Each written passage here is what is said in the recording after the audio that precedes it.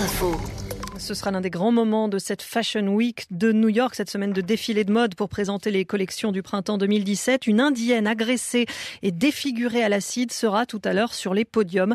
Reshma Qureshi a 19 ans. Son visage est devenu le symbole des attaques que subissent régulièrement les femmes en Inde. Charlotte Alix. Après Madeleine Stewart l'an dernier, une ado trisomique, cette année c'est donc Reshma Qureshi qui devrait voler la vedette aux professionnels. Au corps parfait, cette jeune indienne opposera les traits déformés de son visage rongé par l'acide, le résultat d'une attaque perpétrée il y a 2 ans, notamment par un de ses beaux-frères. Ces derniers mois, Reshma Qureshi est devenue un des visages de la lutte contre cette pratique barbare, un crime d'honneur en Inde où l'on recense entre 500 et 1 millier de cas de vitriolage chaque année. C'est par le biais de vidéos sur YouTube qu'elle mène ce combat. Cette passionnée de mode se met en scène dans des tutoriaux où elle explique par exemple comment appliquer du rouge à lèvres, avant de rappeler que dans son pays, il est aussi facile de se procurer un rouge à lèvres que de l'acide. À l'origine de sa venue à New York, comme de celle de Madeleine Stewart l'an dernier, on retrouve FTL Moda, un collectif de jeunes créateurs italiens qui a donc choisi de bouleverser les codes de la beauté. New York, Charlotte Alix, France Info. Mais Charlotte a évoqué le défilé l'année dernière d'une adolescente trisomique. Sophie Ovine, ça sert aussi à ça, la mode, à mettre en lumière, à défendre la différence. Ah oui, quand la mode ose la différence, elle fait bouger les lignes. L'an dernier, FTL Moda, c'est un célèbre collectif italien de designers, a même parlé d'une amorce de révolution à New York. Comme si tout le monde s'était donné le mot, on a vu des mannequins handicapés défiler tous azimuts, trisomiques, en fauteuil roulant, amputés. Exemple, la jeune actrice trisomique Jamie Brewer. Elle joue dans une série télévisée, American Horror Story. Elle s'est retrouvée sur les podiums de mode et avec ce sentiment d'être un véritable modèle pour toutes les jeunes filles. Jack Ayer, c'est le premier mannequin homme amputé qui a défilé pendant la Fashion Week de New York et il a été élu homme de l'année. À Tokyo aussi, la mode s'est ouverte au handicap avec une jeune modèle privée de ses 4 membres. Elle est apparue resplendissante dans une robe de mariée et en fauteuil roulant. Et le créateur a évoqué tout simplement des vêtements destinés à n'importe qui dans le monde.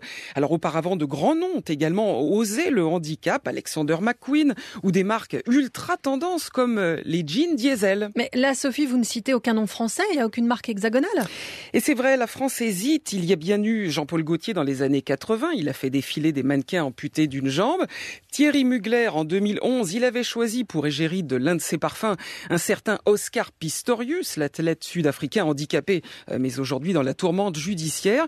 Eh bien, ce sont des tentatives encore bien timides, selon Corinne Tonarelli. Elle est fondatrice d'Andy Fashion, qui organise le mois prochain à Saint-Rémy de Provence le 5e défilé mêlant à la fois handicapés et valides.